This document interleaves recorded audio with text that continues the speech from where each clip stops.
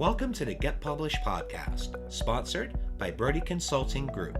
To get more information about our coaching, publishing, executive ghostwriting, and podcast production services, go to getpublishedpodcast.com. Hello, I am Paul Brodie, and thank you for joining us for another episode of the Get Published podcast, where we help authors get published with a proven system that works. Today, we're being joined by Anne DeButte, author of Grief's Abyss, Finding Your Pathway to Peace. Anne, welcome to the show. Thank you, Paul. Pleasure to be here. Are you ready to get started? I am excited to, yes. All right, question number 1. What is the one piece of advice that you would give to a first-time author who is currently writing their book? I would tell them not to be put off by the naysayers. If this is a book that you're passionate about and it's speaking to you, go ahead and do it and just enjoy the adventure it will take you on. I love that. Just do it. Don't be afraid to take the plunge. Get it done. That's right, yes. I was going to joke around with you and say "Just Do It" was the name of one of my books, but it actually was the name of one of my books. Oh, well, there you go. How brilliant. How did I know that? I'm giving you a plug. Well, I just found that I was actually coached and people said, well, is there a market for this? Is there this? Is there that? And I almost didn't publish it. But at that time, there wasn't very many books sort of, cast back about 5-6 years ago. There wasn't that many books on Amazon about grief and how to work through it and what it was all about.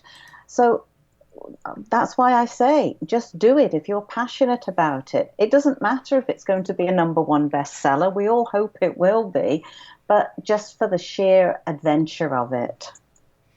Yeah, and the main thing is to share your story. I mean, one of the big questions I don't ever want to deal with in life is what if? What if I would have written that book? What if I would have shared my story? I don't want to live that life. No, I don't want my clients to live that life as well. I want them to share their story with the world because everyone's got something amazing to share. Everyone does. Oh, absolutely. And then you don't get to the end of your life and have deathbed regrets. Mm-hmm. What if?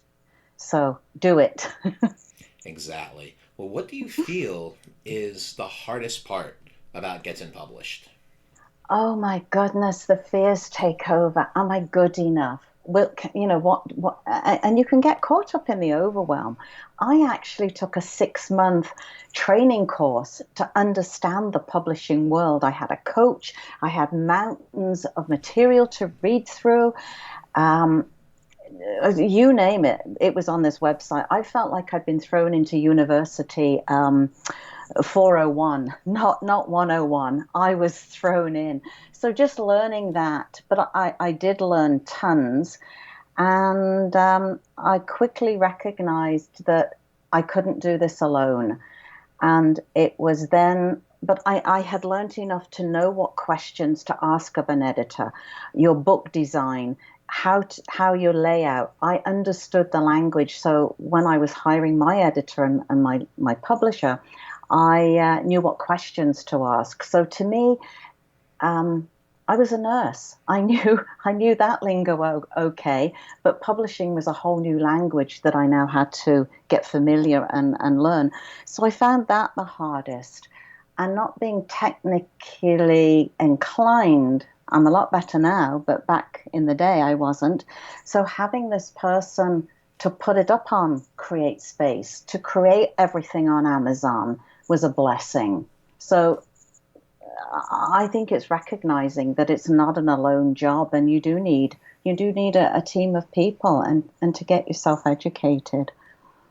Yeah, I always joke around and saying I have 3 degrees. So I have a degree, a bachelor's in business, I have a master's in teaching, but then I say I have a PhD in publishing, because that's literally what it's like. You mentioned 401, you're absolutely right. It's senior to graduate level because there's so much to learn about the publishing. And if you don't get something right, it can screw up your entire launch. Then you have the whole book launch sequence. There's just so many little pieces. There's nothing really considered difficult, but there's just so many tedious little pieces that if you mess up one thing, you could jack up your whole launch.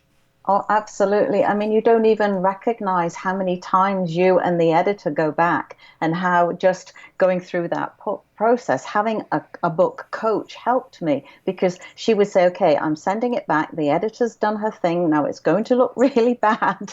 Just breathe. It's going to be good, and just work through it. Don't, because you can, when you see all these amendments, you can go into that, oh my God, who am I to be doing this, and the overwhelm. But anyway, I did it. I call that the slicing and dicing, and that's what my editor's always done for me. But the great Yeah, thing is, she's worked with me for all 14 of my books. She gets my yeah. tone, so I fully Mm, trust her to go in there and just slice and dice that sucker, make it make sense, okay. make it flow. Because with my writing style, it's very conversational, and that's what I want. I Yes. want the readers to be able to connect to that. But with that, Yeah. there is a whole lot of slicing and dicing that has to get done. Absolutely. Well, I tend to be conversational as well.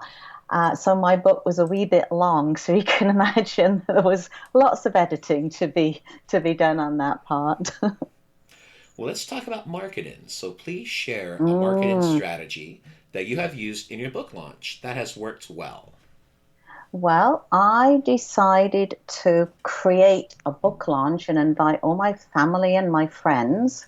And we held it at the golf course, and caught all the afternoon golfers coming in. And it wasn't just come and buy my book. I actually created a workshop. And being a grief coach, I took one of my tools, and I had must have had 60 to 70 people there. I can't quite remember. But I had them go through one of my coaching exercises that is applicable to everyday life. And I had some speakers just to give a sort of a 10-minute overview on my coaching tool, so that they could either move up the wheel or down the wheel or whatever. And it turned into a really fun event. So it wasn't just me rabbiting on about, or buy this book. I made it worth their while. Of course, I did give them food, and I did give them a wee bit of alcohol, but all in all, it turned out to be a fun launch. So that was sort of the start of it. And then I had lined up, I went in and was the guest author in a number of the bookstores here in town. I would give talks. So my presence was very, very much in line. And also, here's an unknown tip, I contacted our local library, and they have 5 books of mine circulating around our city. So that is something that people don't sort of think about. So that might be a little tip for your listeners. Get your book into public libraries. You Well, never know where it could go. and I love your philosophy about, having a book launch party, right? That's what you had at the golf course I did, yes. It and the was lots of workshop. fun. Yeah. Well, and you are probably the third or fourth guest on the show that's mentioned that, and we are 322 episodes into this journey now. And one of the guys, Steve Sims, he was on the show a few months back, and that's what he talked about. He had a party. They had it at a Mhm. bar. He had a whiskey company sponsor the event, and Oh, fabulous. they had a hoot. And the funny thing Yes. is, I'm doing this. We have this.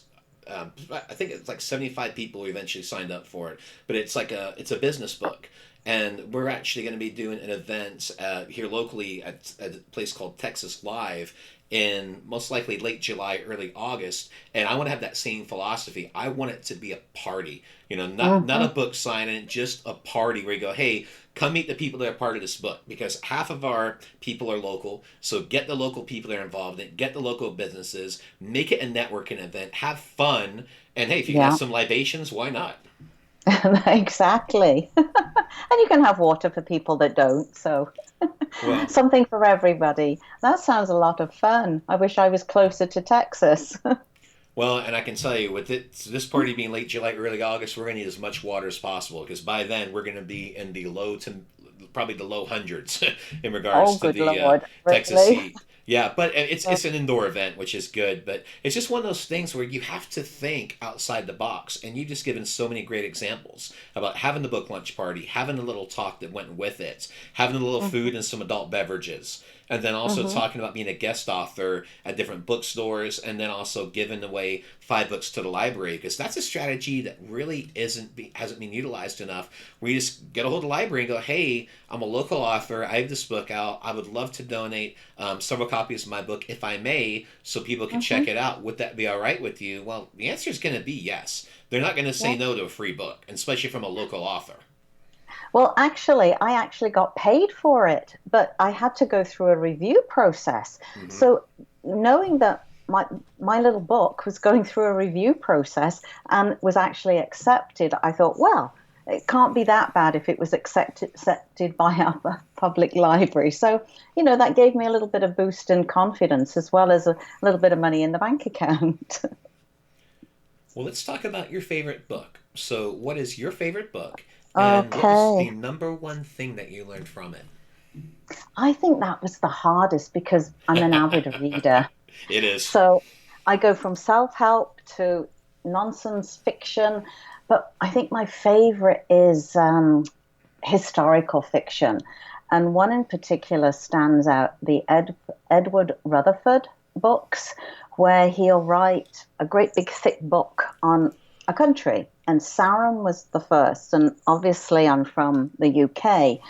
And what I loved about that book was I got to understand how Great Britain actually divided from the continent in terms of the landmass dividing. And he then went on to share about 4 generations. And you got to meet these characters, and then you would meet them centuries later.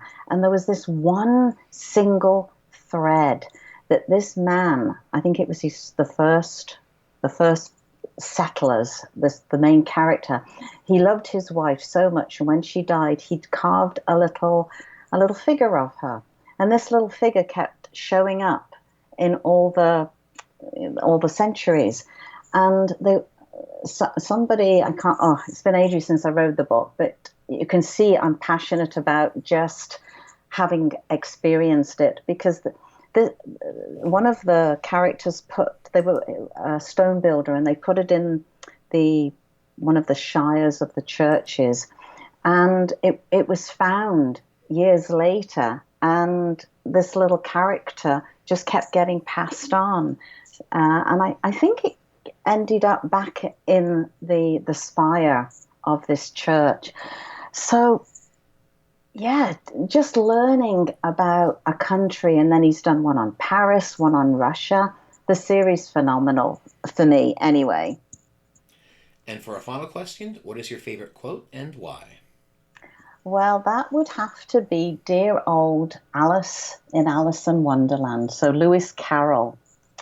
I can't go back to yesterday because I was a different person then.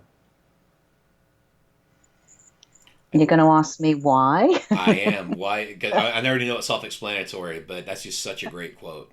The evolution. Yeah, well, thank you for asking it. I'll be happy to tell you. It's actually one of the quotes from my book to sort of explain that, yes, grief is desperately shattering and desperately sad, but you can't. There comes a time when you have to move forward. You cannot keep clinging to the past. And I just thought that simplified what it was the point I was attempting to make. Perfect. Well, Anne, I want to thank you for being a guest on the show. What is the best way for people to find you online? Probably through my LinkedIn profile, or my Facebook, Reconnect from Grief. Um, it's my business page, or my website, reconnectfromgrief.com. You need hyphens in there. That's why I say go to my LinkedIn profile. Well, Anne, thank you once again for being on the show, and I wish you all the best in your author journey And ahead. thank you so much, and happy book launch to you. Thanks again for joining us today. To learn more about how you can be featured in our brand new Get Published business book, go to getpublishedpodcast.com. bestsellingauthorschool.com.